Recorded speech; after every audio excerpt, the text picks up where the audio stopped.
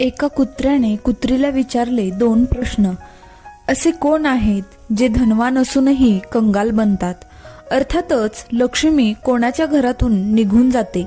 दुसरा प्रश्न, कोणतं पाप आहे ज्याला अनेक पिढ्यांना भोगावं लागते? मित्रांनो, आजची कथा खूपच ज्ञानवर्धक आणि जीवनात उपयोगी पडणारी आहे. तुम्हाला माझी विनंती आहे की तुम्ही हा व्हिडिओ, ही कथा शेवटपर्यंत ऐका. नमस्कार मित्रांनो, श्री स्वामी समर्थ. आपलं माझ्या यूट्यूब चॅनलमध्ये मनापासून हार्दिक स्वागत आहे. मित्रांनो, महाभारत तर आपल्या सर्वांनाच माहीत असेल. महाभारतामध्ये एक कुत्रीचे वर्णन केले गेले आहे. ती देवतांची कुत्री होती. कथा अशी आहे, राजा जन्मोजय त्याच्या भावांसोबत कुरुक्षेत्रामध्ये यज्ञ करत होते. त्या यज्ञाच्या वेळी तिथे एक कुत्रा येऊन बसला.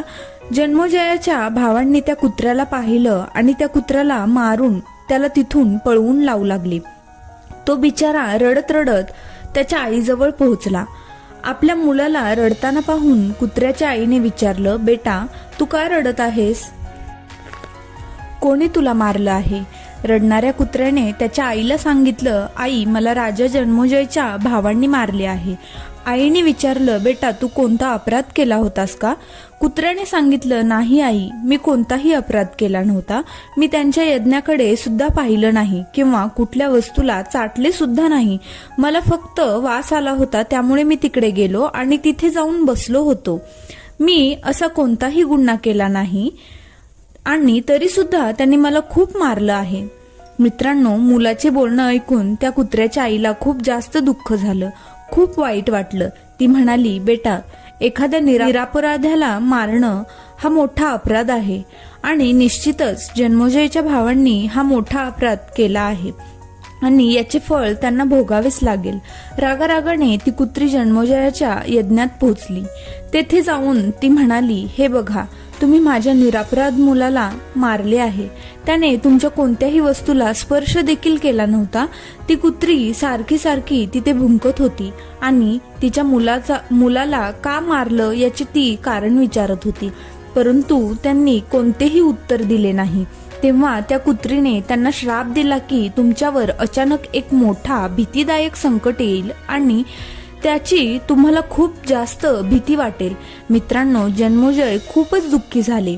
ते विचार करू लागले की हे काय झालं, आता या श्रापापासून आपल्याला कशी मुक्ती मिळणार? आता हे हस्तिनापुरात येऊन अशा एका ब्राह्मणाला शोधू लागले की जो त्यांना या श्रापापासून मुक्ती मिळवून देऊ शकत होता.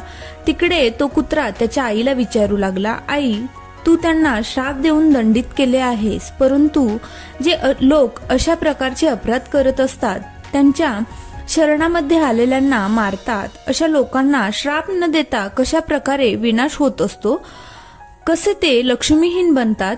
त्या तुमच्याकडे तर तपोबळ होतं, त्यामुळे तुम्ही श्राप दिलेत, परंतु कलियुगात तर असे खूप कमी लोक असतील ज्यांच्याकडे तपोबळ असेल.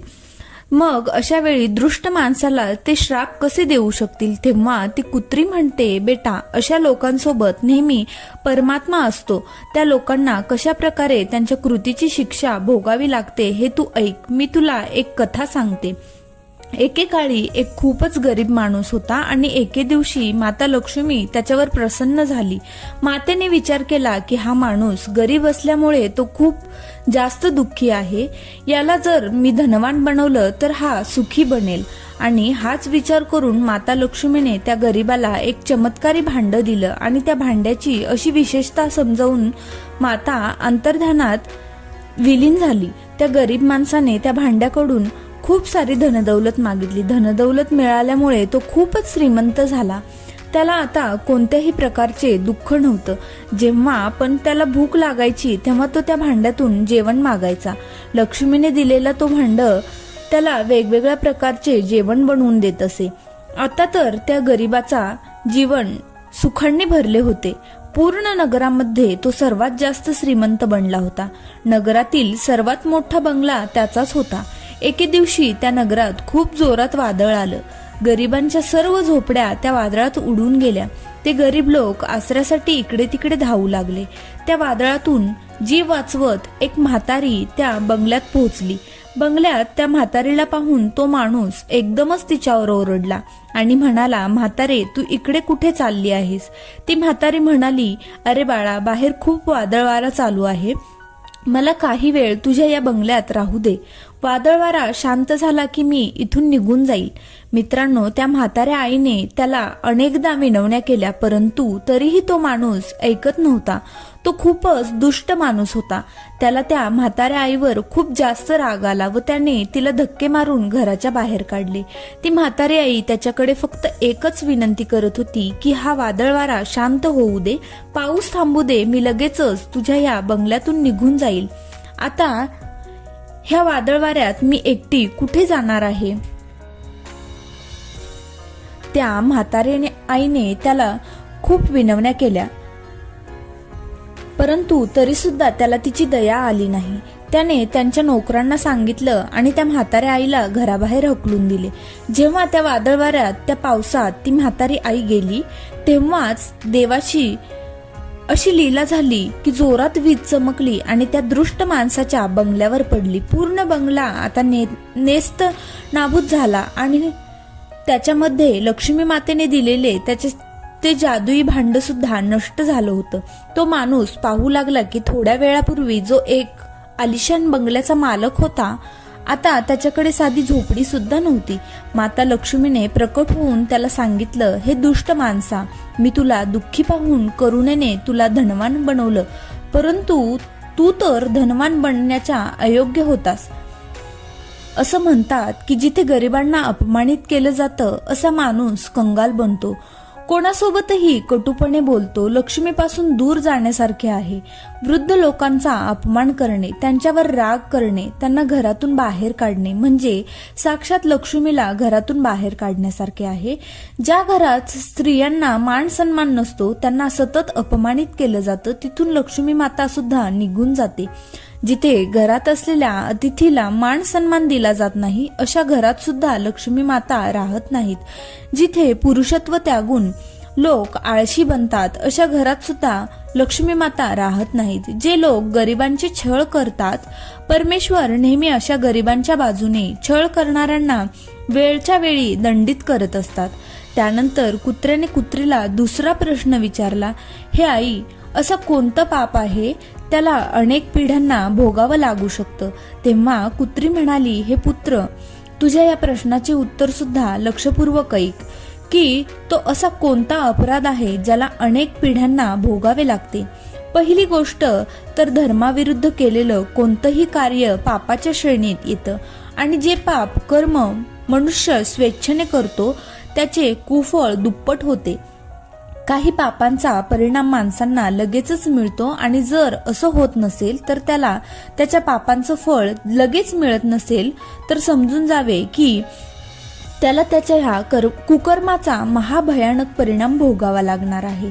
त्या पापांचं फळ तो तर अनेक जन्म भोगणारच आहे, त्याचबरोबर त्याच्या पिढ्यांना सुद्धा दुःख ते भोगावे लागणार आहे.